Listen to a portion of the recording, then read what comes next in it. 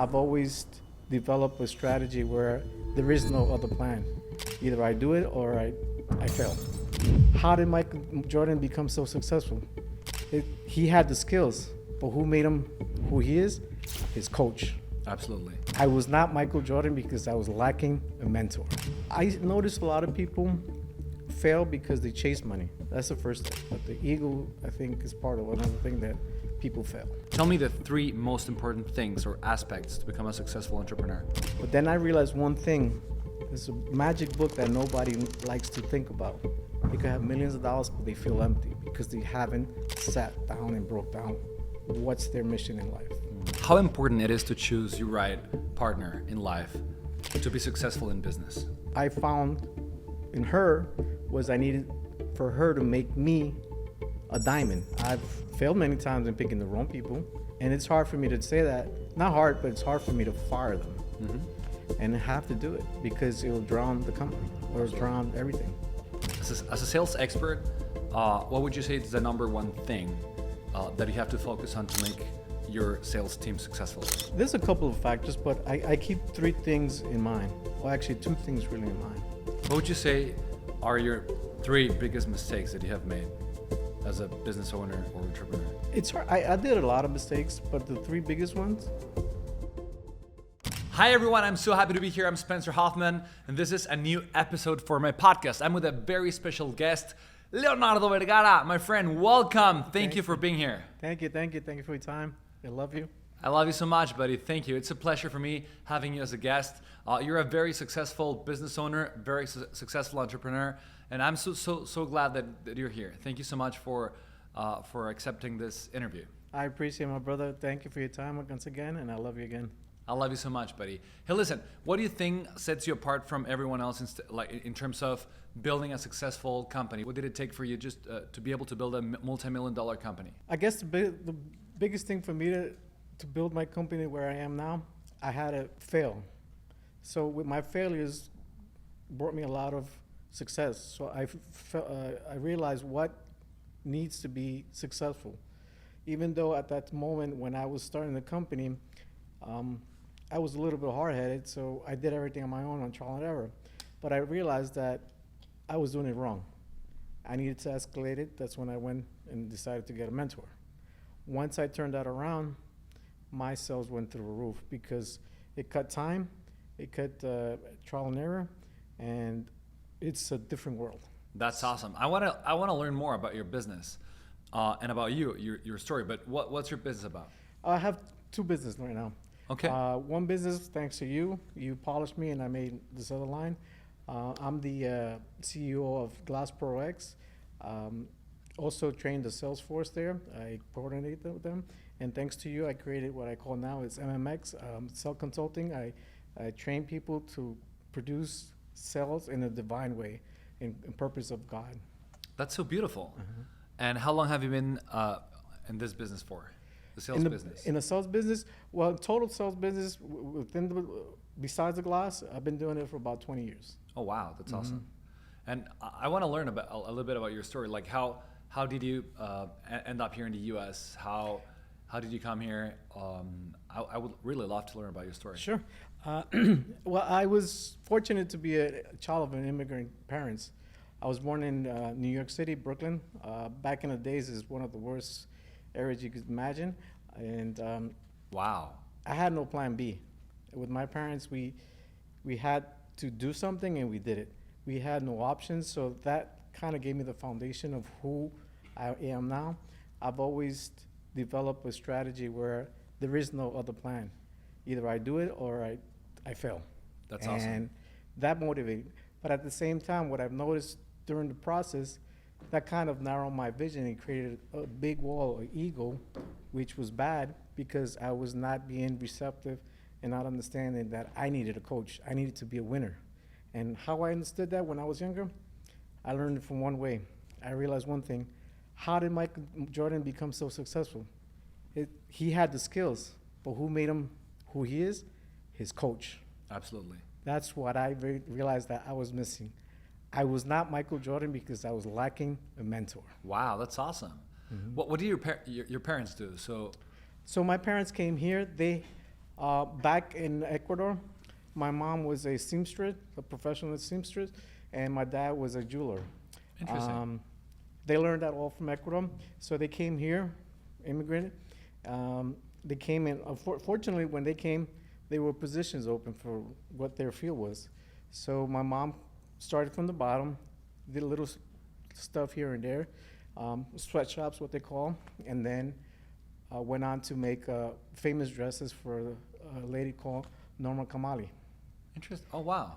Norma Kamali. I'm not too sure she's around. I don't follow that too much. And then my father continued doing his jewelry and worked with Tiffany. He was a jeweler for Tiffany for a while and then retired from there. That's awesome. Uh-huh. And like did like the famous Tiffany rings and everything? Correct. Oh, wow. So would he cut the diamonds and put together the rings and make like jewelry pieces? Well, he was more not at the designing edge. He was more out of the quality control end. Oh, interesting. So he would look at the product and say, no good, kick it back to the line. Wow, that's so interesting. Mm-hmm. So you grew up with two immigrant parents in Brooklyn, New York, from a poor area, you know, like struggling, like hard beginnings. Yes, sir. And how did you fall in love, like, with the idea of being an entrepreneur? When did it all start? Well, the foundation started, I guess God gave me the gift and that talent where I've always blocked my bad surrounding. So as I was walking, I correlated with life itself. I saw a lot of things, people in the street doing drugs, selling drugs. I blocked all that because my mind was focused at that time, I got to get to school. My school is going to get me to the second level. But you actually saw what you did not want, right? Exactly. Was that important in your path? Like understanding and realizing, like, this is not the life that I want? Was that helpful? It was very helpful because my God said, God gave me that fortunate plan. And at the same time, my parents told me, this is not what we want for you. We're here as a stepping stone and we need to get further. So they motivated me too because they kept on pushing. They push. Like I said, they started from a small position and then went up to where they were at and they retired. Wow. That was motivating for me. Wow. So how old were you when you started your first business?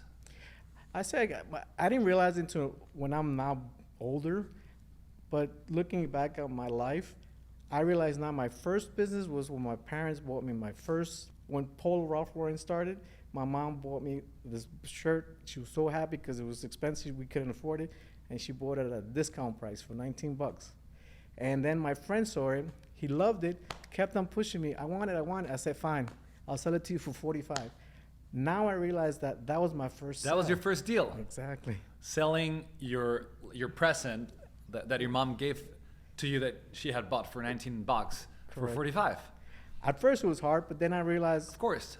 it's a stepping stone that God gave me that. Absolutely. And what did you like? You went to the store, bought a new one for 19 and kept the difference, or No, I kept the difference. I didn't even. you kept the money? I kept. And what do you do with those $45 back then? Well, I kept it, and then I went on and moved on. I said, okay, if I could make $19, back in the days, I think this company's still around, Amway. I saw the ad in Amway. I applied, and I said, if I could sell this, I could sell this. I went in Amway.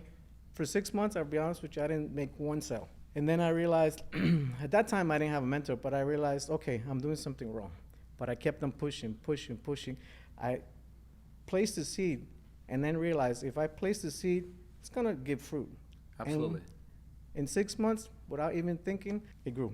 What I realized at that point was I was chasing the money and I wasn't really doing a purpose. When I put the purpose behind it, that's when the wealth came. That's so interesting. In business, it's actually more becoming the person that attracts opportunity, that attracts money, right? Instead of just like chasing money. Correct. That usually scares money away. Yes. That's so profound. I love that. And I find it very interesting. I was part of an MLM when I was also 18, 19. And although like I did not get rich, you know, like through MLM, however, I really, it was a business school, like a sales school, leadership school, personal development school. Actually, a lot of the books that I love right now, Think and Grow Rich, Rich Dad, Poor Dad, that are books that really formed me eventually. I got to know those books through the MLM that I was part of when I was a teenager. So it's a really interesting school.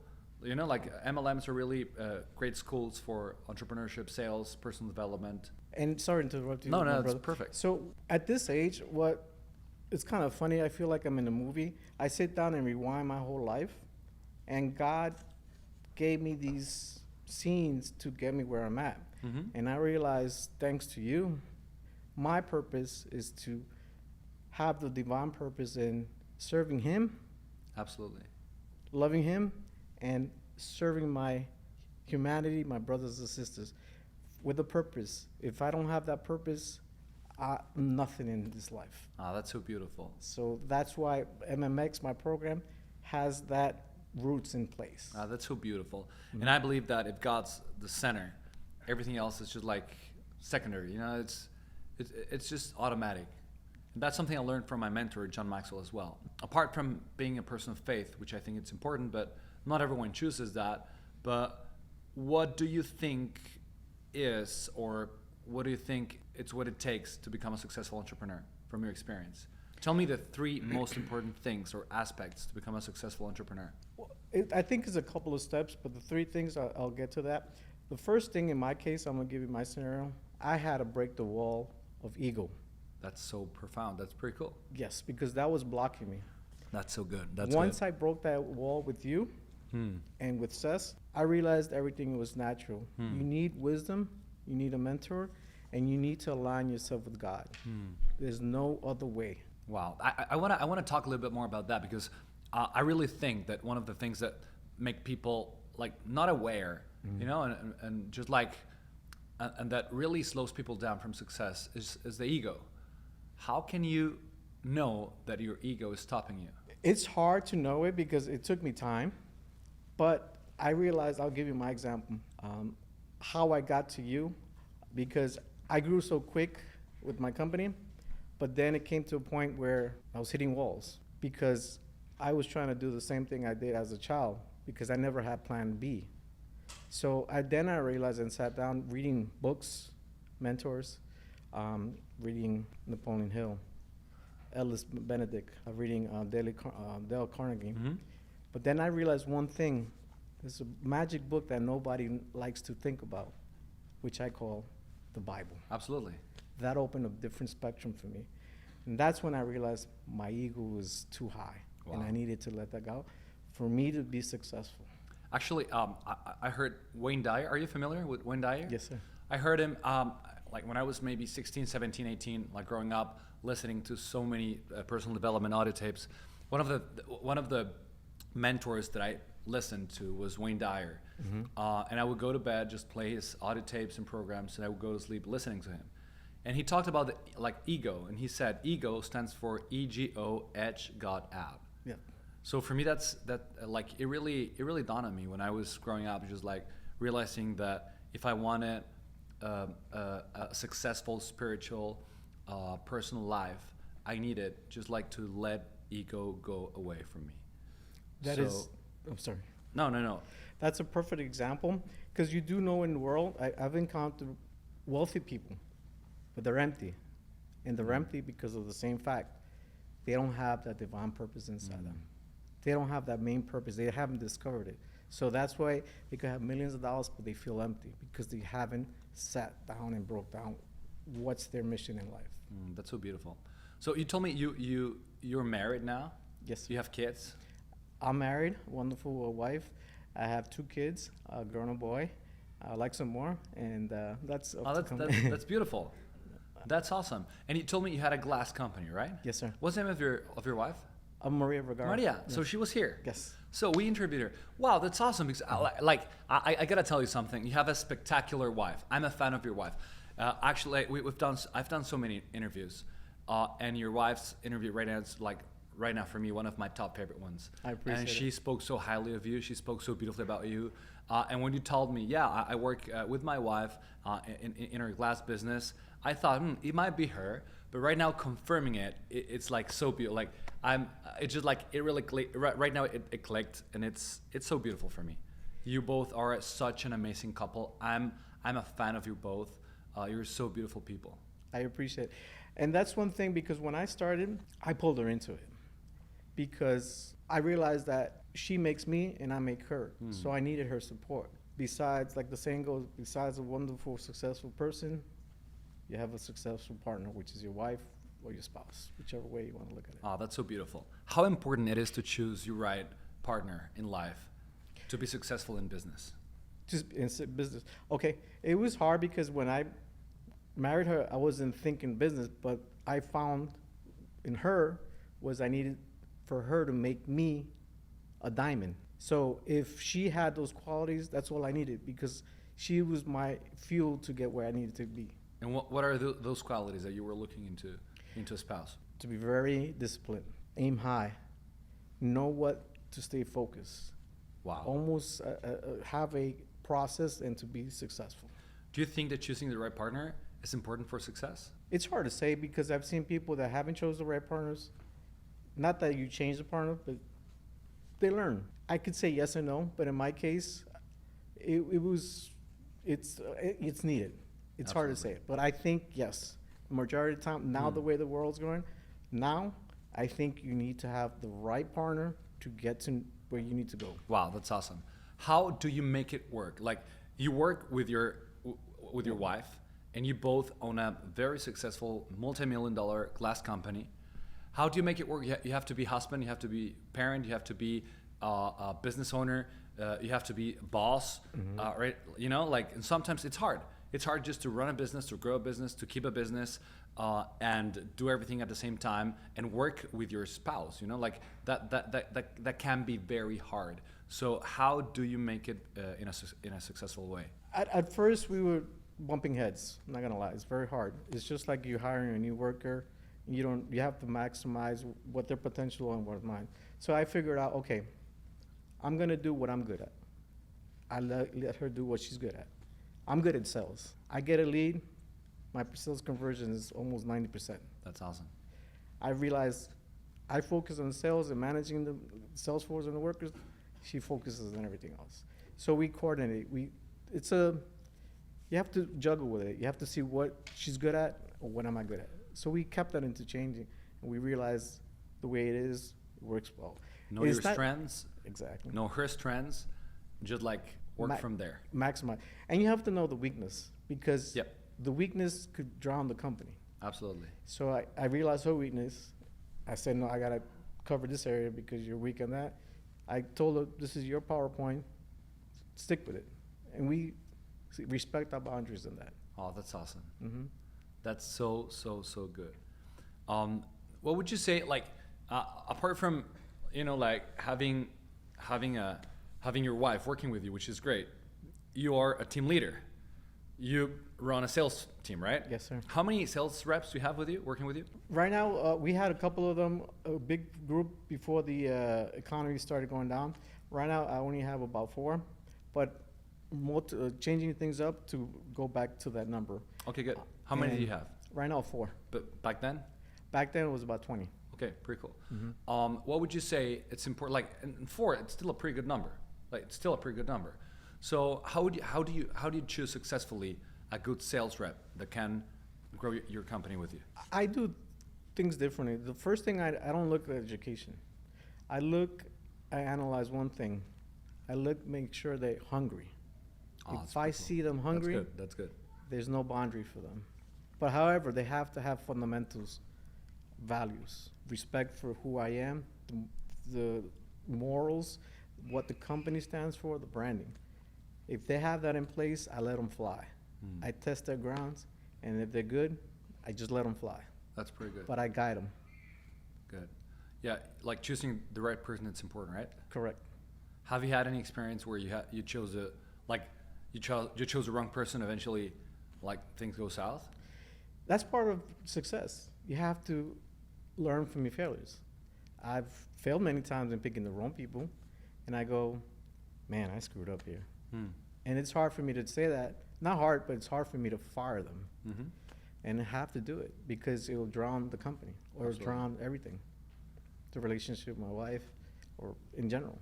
As a sales expert, what would you say is the number one thing that you have to focus on to make your sales team successful? There's a couple of factors, but I keep 3 things in mind. or actually two things really in mind. We always have to gather yourself with wisdom. Wisdom attracts a lot of other stuff. And the other thing, we have to always be aligned with the divine. That's so beautiful. Mm-hmm. If we have that, everything follows. What would you say would be the number one mistake entrepreneur makes when he's wanting to start a business in terms of sales? Let's talk about that. I notice a lot of people fail because they chase money. That's the first thing. And number two, they think what they're making is the most perfect thing in the world when they don't realize it's not. So they have to do assessments of what actually works out there. But the ego, I think, is part of another thing that people fail. Not knowing, not looking, not asking, looking, paying for mentors, reading. You have to be more rounded nowadays. It was easier back then because you find people that will help you, but now as things get bigger, it's harder. And it's difficult to say one point, to pinpoint one thing, but it's a combination of things that will drown an entrepreneur if you don't figure out what your weaknesses are. That's great. So you have two kids, a girl and a boy. Thank you. They are 3 and 4, you said? 3 and 5. 3 and 5. Okay, good. As a parent, I know it's very important to take care of your kids and be so responsible about their education.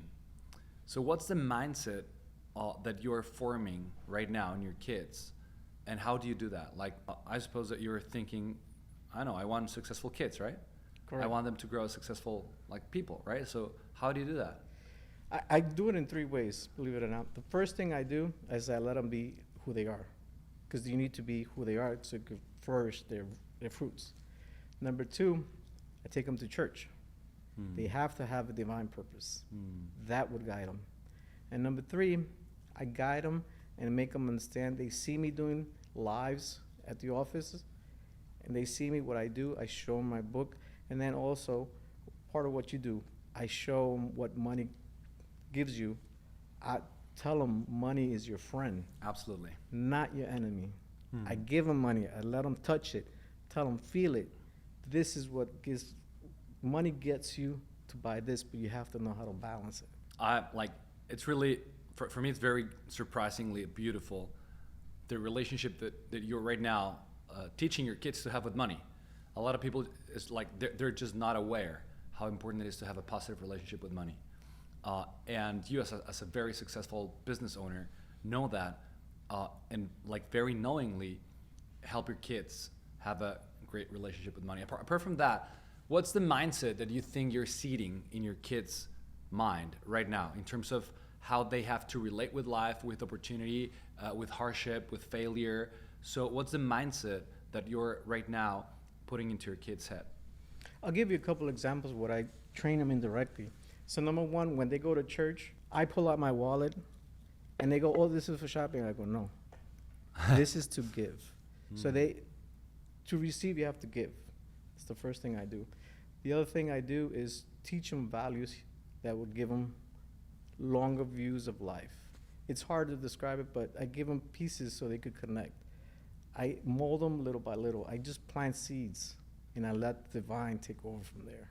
That's so beautiful. That's all I do. It's hard to control everything. Yeah, absolutely. But you're intentional. You're Correct. intentional. That's what really makes a difference. Correct. I try to block them out as much from society because society is very bad right now. It's a lot of turmoil. So even myself, I block myself from the society. How do you do that? Like for me, growing like, if I picture myself growing in the States as a dad, I would be very like one of my greatest fears is for my kids to be in touch with all this mundane things that are very harmful, toxic, like a lot of drugs, a lot of soft pornography, like going all the way through social media. Like there are so many things right now, like bad things in the States spreading. How do you manage that with your kids? You have to tell them the truth and make them understand this is not normal. As much as people want to make it normal, it's not. Whatever the case may be, you have to be straight with them and understand. I'll give you an example. The divine gave us one picture, and that's the nativity.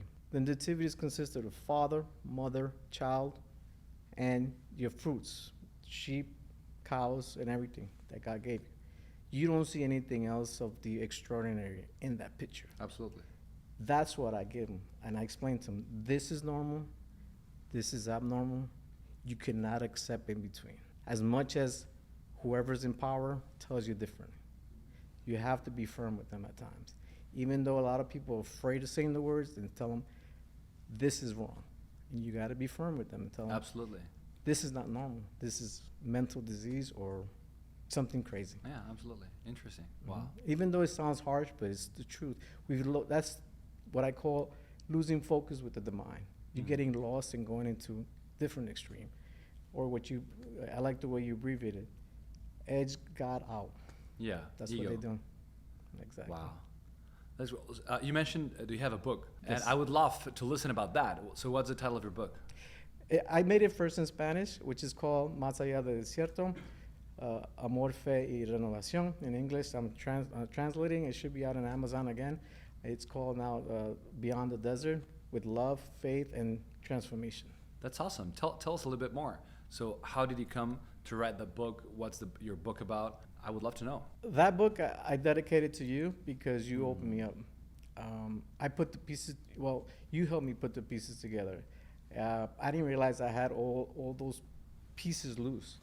And then when I put that book together, I realized life gave me different stages where I need to be.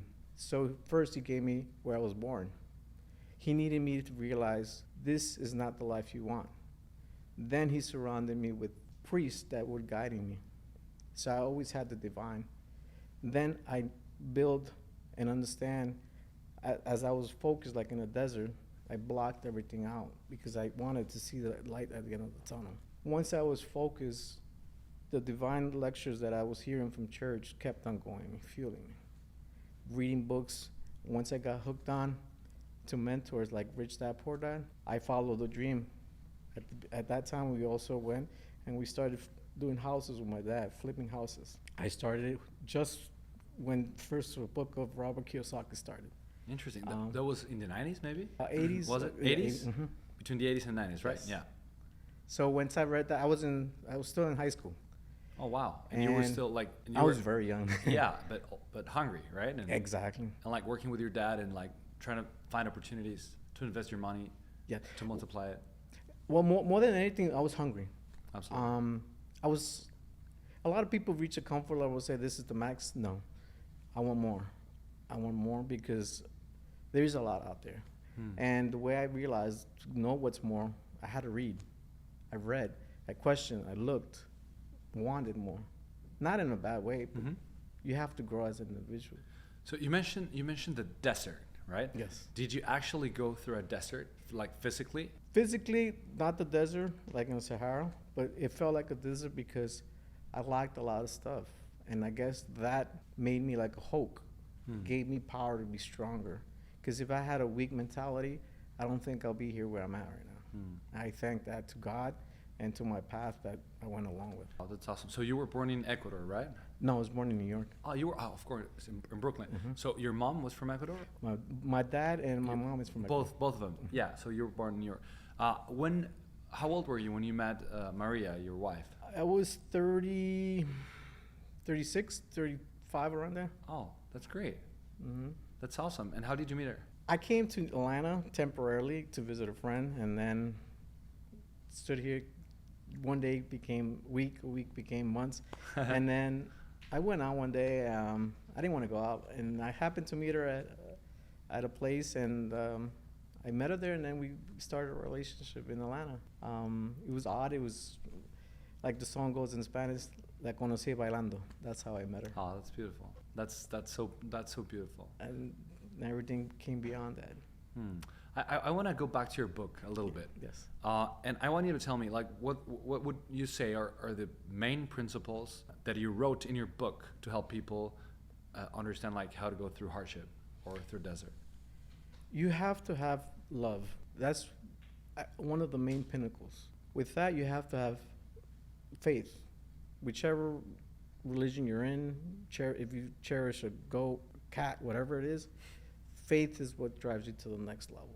With that, you have to be able to transform. You have to be like a butterfly. You have to be able to metaphor. change. That's what made me keep going. Wow, that's so powerful. What would you say it's your vision for your next 5 to 10 years? My vision, my short-term vision right now, I want to make MMX, my product, global. And then also the glass company, grow it bigger, perhaps sell it or franchise it. Midterm, I'd like to create more leaders that have a divine purpose.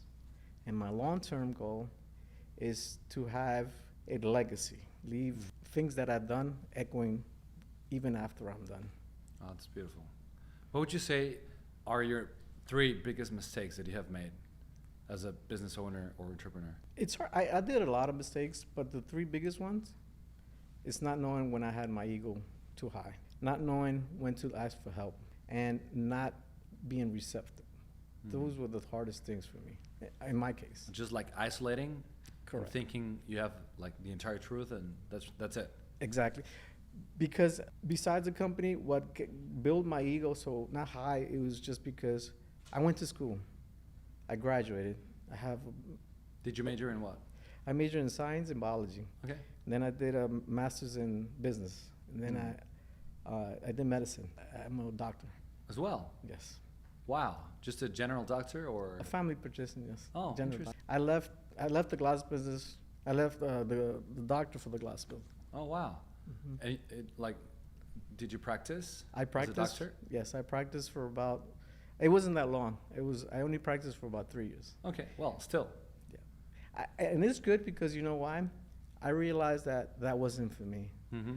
I did medicine. I did my other careers was for one purpose, which is a mistake. I did it to make my parents happy, which I did, but I left it, and it hurt their ego. But I realized those were just stepping stones for me. But it was hard. But I cherish those moments because if you want to consider them failures, those failures helped me build where I am now. Wow.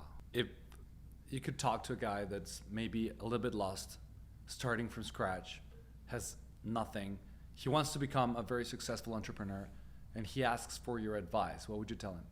The first thing I tell them, wipe your subconscious out. Erase everything. Start fresh, look for a mentor, and align with God.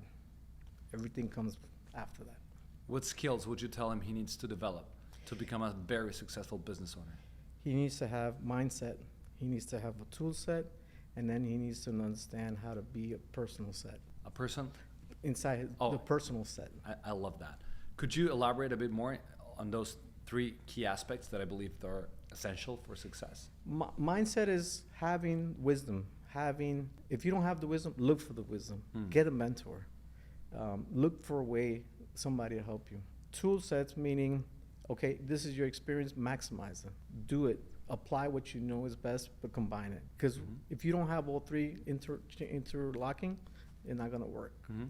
And the last one, now what you could change it now, is digital world. You need to always adapt to the new changes that occur. And it's hard. Yeah, that's great, but I love it. Thank you. It's really important, yeah, absolutely. And have faith, believe in yourself, embrace life, and just but pay the price, right? Correct. There's Sorry to interrupt you. no, my that's brother. perfect. So I'll give you this mind-blowing thing. A lot of people don't look at it. I'm going to give you a nice topic.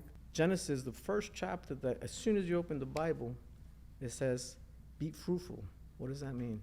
It tells you, grow, multiply what you have, replenish the earth, give your success to other people, subdue, hold on, and give more. Those are fundamental business laws that King Solomon applied. So I took those out and said, if that worked for him, it's going to work for me. Wow. And basically that's what I did. I turned it around by listening to him, what he asked God one day. And God asked him, what do you want? I could give you money, everything. He just said, all I want is wisdom. And that's what I ask him for him every day. Because everything follows after that. That's beautiful. Thank you for that. Thank you. Thank you.